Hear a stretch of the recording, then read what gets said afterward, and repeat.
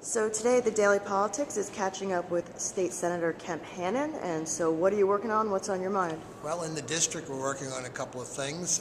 We've just completed a very successful roundtable on the aftermath of storm readiness from the March 17th nor'easter.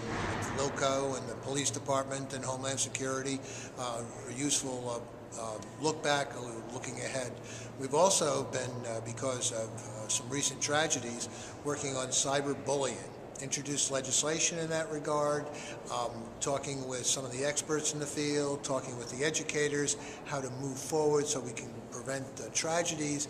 And then it's not just the tragedies that get the news, where someone commits suicide.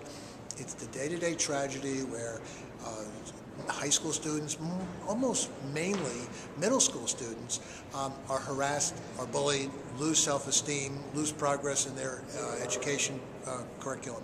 So that's been a big thing. Gathering consensus on that's going to be a little difficult, but it's going to be worthwhile.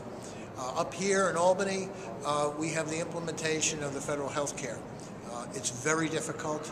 Some of the deadlines are coming up very quickly, especially in regard to insurance. What do you do for high-risk pool? What do you do for covering children who are leaving their parents' coverage?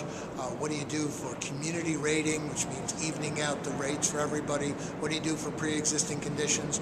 A lot of times New York's been ahead of that game than the federal government. So our difficulty is, unlike most of the other states, we have to figure out how to mesh what we already have with the new federal law. And what's bugging you these days in state politics, national politics? What's not working for you? The thing that's bugging me the most these days is the partisanship that's going on. I don't think we're going to get to solving budget problems, reducing spending by doing lapsing into political partisanship. I think people need to be working together. That's the obligation when you get elected. And I think that's the only way we're going to get out of this financial mess. Great. Thank you so much for catching up with us. Thank you.